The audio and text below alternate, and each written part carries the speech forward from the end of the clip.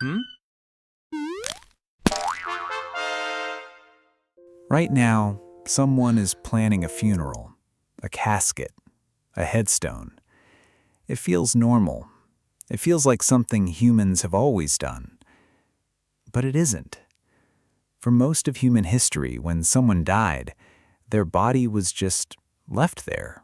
No grave, no stone, nothing.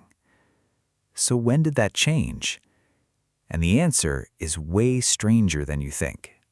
For years, scientists thought they had the first funeral figured out, a cave in Iraq called Shanidar. In the 1950s, a man named Ralph Selecki found Neanderthal bones buried in the ground. Next to them, clumps of ancient pollen. His theory exploded. Neanderthals buried their dead with flowers, grief, love, a funeral, 50,000 years ago. The world loved this story. It went into every textbook. But here's the question nobody asked. Where did that pollen really come from? Years later, scientists checked again, and the pollen didn't look right. It wasn't scattered like flowers tossed on a grave. It was packed tight, like something had dragged it underground. So what did bat? Bees. Burrowing bees stuff pollen into tunnels just like this. The famous flower burial might just be bees doing what bees do. Not love, not grief, just insects. So where's the real first funeral? You have to go even further back, past Neanderthals, into a cave in South Africa called Rising Star.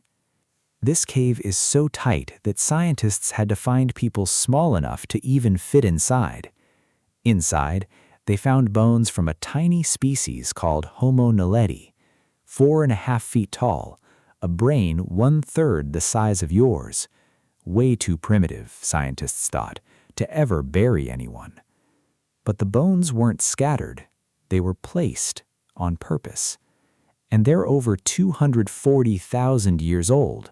That's way older than any human or Neanderthal burial ever found. This claim caused a huge fight in science. People said, prove it. So the team went back. They checked the dirt, they ruled out floods, they ruled out animals, they ruled out the bodies just rotting in place. The answer stayed the same. Someone buried them, on purpose. Then it got stranger. Near the bones, on the cave wall, there were carvings, cross-hatched lines, shapes, made for no survival reason at all. You were taught that symbolic thinking is what makes us special, the ability to think about things that aren't right in front of you. Burial is exactly that.